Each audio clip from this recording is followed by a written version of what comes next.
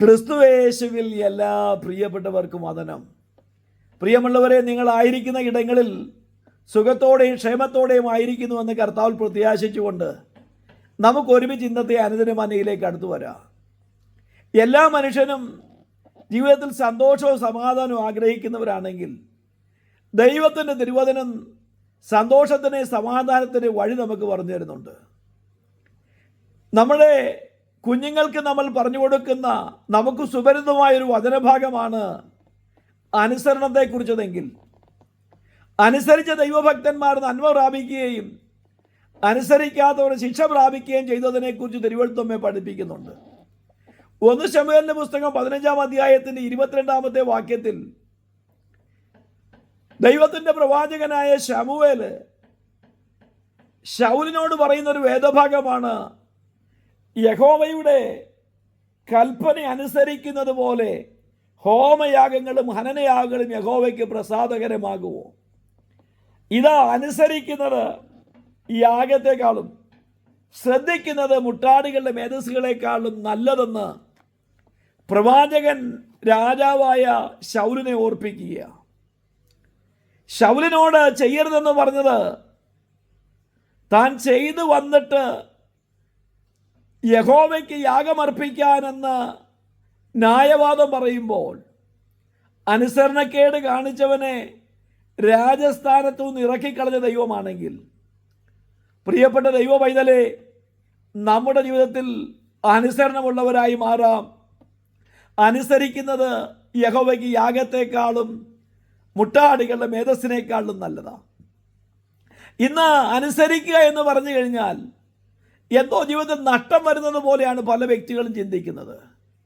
എന്നാൽ ദൈവത്തിൻ്റെ വചനം പറയുന്നു, അനുസരിച്ച വ്യക്തികൾ നന്മ പ്രാപിപ്പാനിടയായെങ്കിൽ, അനുഗ്രഹം പ്രാപിപ്പാനിടയായെങ്കിൽ നമുക്കും അനുസരിക്കുന്നവരുടെ കൂട്ടത്തിലായിത്തീരാം.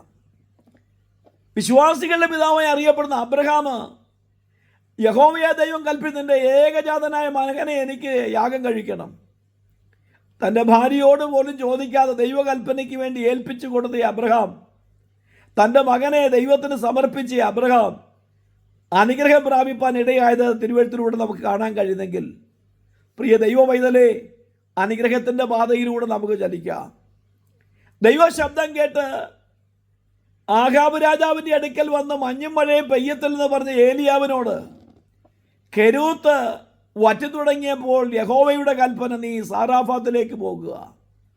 ദൈവശബ്ദം അനുസരിച്ച് സാറാഫാത്തിൽ ചെന്ന ദൈവഭക്തനിലൂടെ ദൈവം ചെയ്തത് ആത്മഹത്യയ്ക്ക് തുനിഞ്ഞിരുന്ന ഒരു അമ്മയെയും മകനെയും അതിൽ നിന്ന് വിടുവയ്ക്കുവാനും അവർക്ക് ക്ഷാമം തീരും വരെയും പുലർത്തുവാനും ദൈവത്തിൻ്റെ വഴി വെളിപ്പെട്ടെങ്കിൽ, ഫിലിപ്പോസിനോട് ദൈവത്തിൻ്റെ വചനം അപ്പോസ്തല പ്രവൃത്തികൾ പറയുന്നു, പരിശുദ്ധാത്മ പറയുന്നത് ഗസയ്ക്കുള്ള വഴിയിലേക്ക് നിർജ്ജന പ്രദേശത്തേക്ക് പോകാം.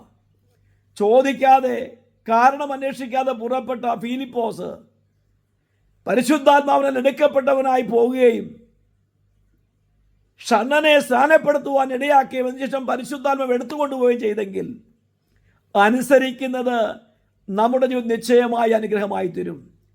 നമുക്ക് വലിയ കട്ടിയേറിയ കാര്യങ്ങളൊന്നും അനുസരിക്കാനല്ല, നിന്നെപ്പോലെ തന്നെ നിൻ്റെ അയൽക്കാരനെ സ്നേഹിക്കാൻ നിനക്ക് കഴിയും.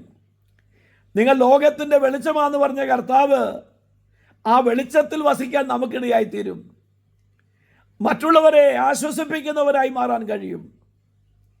നിന്റെ ദൈവമായ കർത്താവിനെ ആരാധിക്കാൻ കൽപ്പിച്ചത് അനുസരിക്കാൻ കഴിയുമെങ്കിൽ, അങ്ങനെ ദൈവോധനം അനുസരിക്കുന്നത് നമ്മുടെ ജീവിതത്തിൽ സന്തോഷത്തിനും അനുഗ്രഹത്തിനും ദൈവിക നിറവിനും കാരണമായി തീരുമെങ്കിൽ, പ്രിയപ്പെട്ട ദൈവ പൈതലേ, നമുക്ക് ദൈവത്തിൻ്റെ വചനം അനുസരിക്കുന്നവരായി മാറാം.